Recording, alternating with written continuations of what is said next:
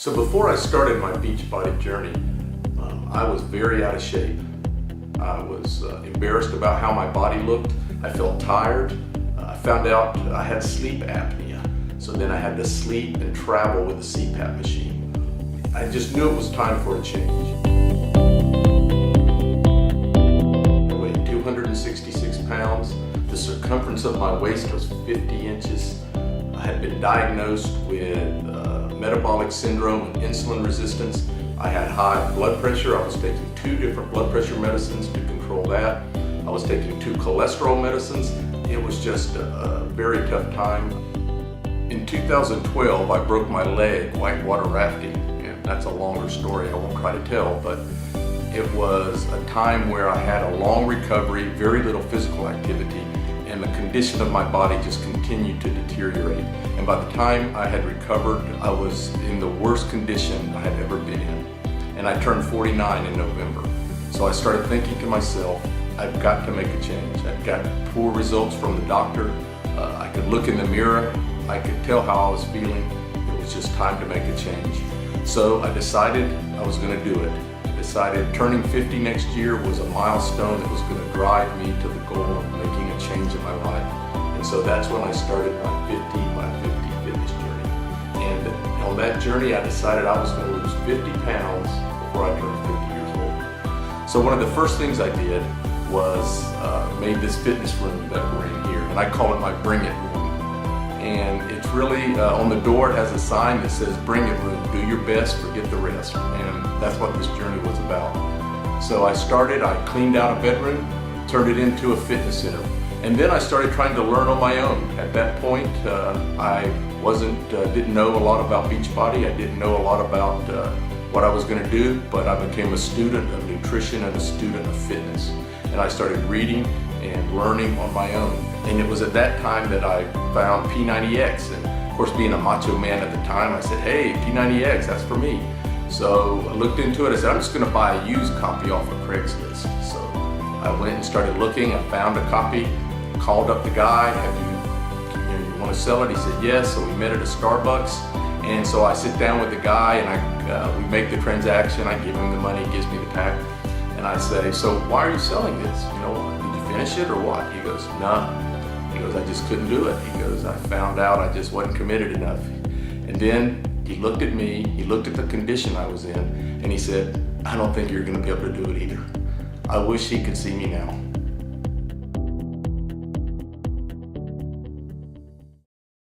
But I will say it didn't start out easy. The first thing I did was start trying to do the workouts, and at that time I couldn't do 1 pull-up.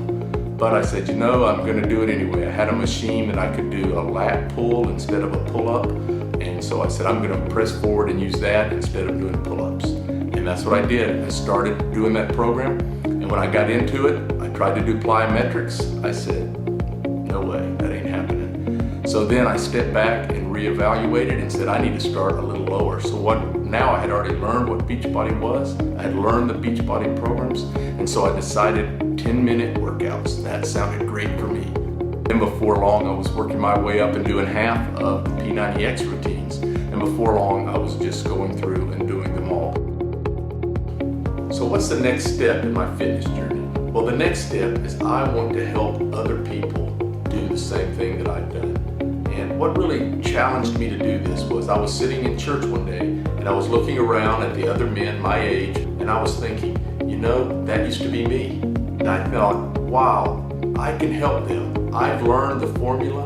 I've learned how to do it. I know the resources. If they will just decide the right program to do, commit to doing it, I can help them succeed. And I said, that's what I want to do. These people, I care about them.